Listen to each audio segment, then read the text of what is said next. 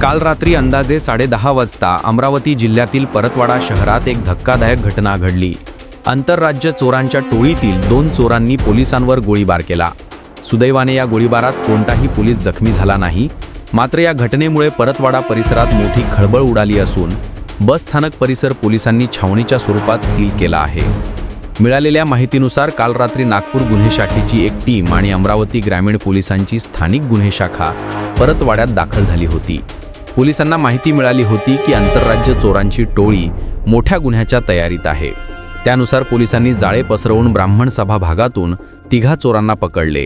या 3घांकडून मिळालेल्या माहितीनुसार उर्वरित 5चा शोध सुरू करण्यात आला। दरम्यान बस स्थानकाजवळ रात्री 10 ते 10:15च्या सुमारास पोलीस व उर्वरित 5 चोरांमध्ये चकमक झाली।